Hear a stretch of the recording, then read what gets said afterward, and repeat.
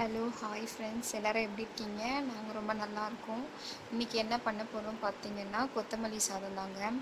கொத்தமல்லியை வந்து மிக்ஸி ஜாரில் கட் பண்ணி வாஷ் பண்ணி கட் பண்ணி வச்சுக்கிட்டு, அது கூட பச்சை மிளகா 2 பச்சை மிளகா ஆட் பண்ணிக்கணும். ஒரு சின்ன துண்டு இஞ்சி பீஸ் போட்டுக்கணும். அதுக்கப்புறம் பூண்டு ஒரு 5-6 பல் சேர்த்துக்கணுங்க. இது எல்லாத்தையும் ஒன்றா சேர்த்து மிக்ஸி ஜாரில் அரைச்சி நம்ம எடுத்துக்க போகிறோம். இதுக்கப்புறமா நம்ம என்ன பண்ணணும்னா, கடாயை வந்து நல்லா சூடாகணும். சூடானதுக்கப்புறமா எண்ணெயை நம்ம வந்து ஊற்றிக்கலாங்க. எண்ணெய் வந்து உங்களுக்கு தேவையான அளவு வந்து ஊற்றிக்கோங்க.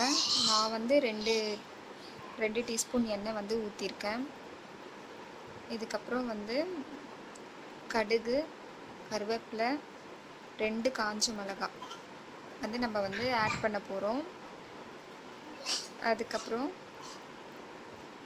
நம்ம வந்து கடலைப்பருப்பு கூட சேர்த்துக்கலாம். கடலைப்பருப்பு, உளுத்தம்பருப்பு சேர்த்துக்கலாம்.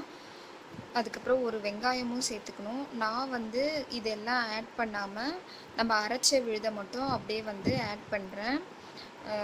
குழந்தைங்க வந்து கடலைப்பருப்பு, வெங்காயம் வந்து சாப்பிட மாட்டாங்க, தனியாக எடுத்து வச்சுருவாங்க நம்ம ஊட்டும்போது.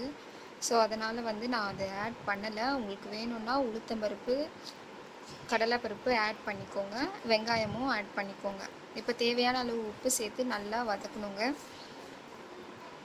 அதுக்கப்புறம் நம்ம வடித்து வச்சுக்கிட்டு வெள்ளை சாதத்தோடு சேர்த்து கிளறி இறக்குனா கொத்தமல்லி சாதம் வந்து ரெடி ஆகிடும். இது கூடவே நம்ம வந்து கொத்தமல்லி ப்ளஸ் புதினா 2த்தையும் ஆட் பண்ணியும் வந்து போடலாங்க. Thank you friends.